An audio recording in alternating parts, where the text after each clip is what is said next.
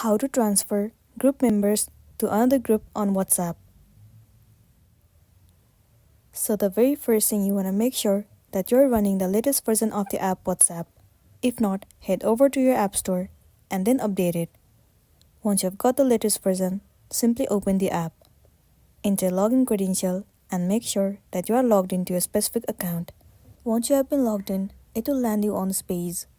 Now what you want to do is, you have to create one group. But if you already have the group, then simply head over to the inbox of the group. Once you're in here, tap on the profile icon at the very top of the screen. Scroll down, and over here, you'll get to see the option where it says, Invite the group via link. You simply have to click on the link. Now from here, you can copy or share the link to any of the WhatsApp group that you want to. And when they tap on the link that you have sent to them, they will be able to join the WhatsApp group, and then you'll be good to go. But there is no any direct option where you can transfer group members to another group on WhatsApp. So that's the end of the video.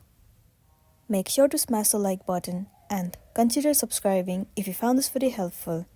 And if you have any queries, you can drop it down in the comment section below. We'll see you in the next one.